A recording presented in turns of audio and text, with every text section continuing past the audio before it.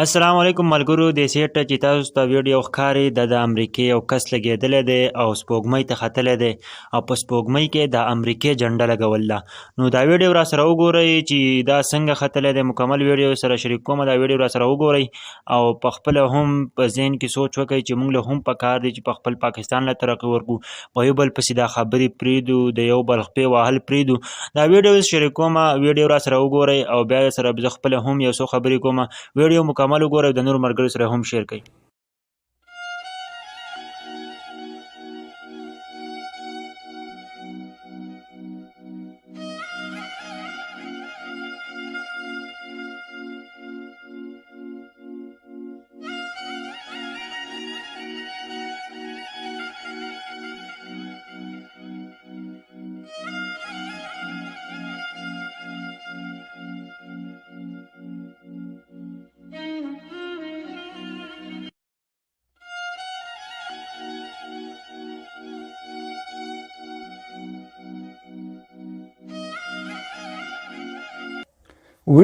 ویډیو مو وکتله. خوږو پښتنو ګرانو کتونکو، دا هغه انګریزان دي، دوی نوې ټکنالوژي راوباسي او هغه څه کوي، استعمالوي.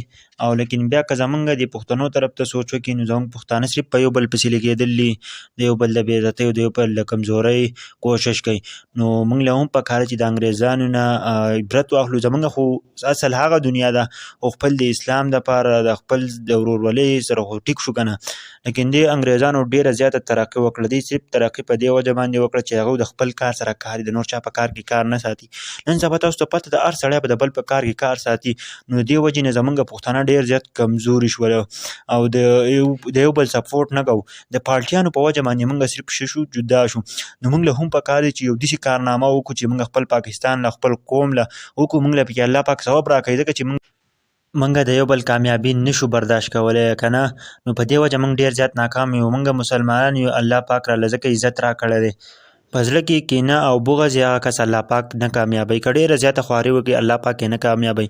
موږ ټول له پکار دی چې د یو بل څخه کینه بغض نه کوو او د یو بل کمزوریان یې نه لټوو. بس دی، لیکن ډېر کسان دي موږ یې په معاشره کې هم وینو، لیکن د یو بل کمزوریان یې لټوي، یو بل د بې عزته کولو کوشش کوي.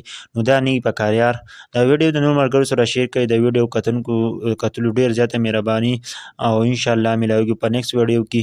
او زموږ چینل ته یې ضرور سبسکرایب کړئ. انشاءالله ملاویږو په نیکسټ ویډیو کې. تھینک یو.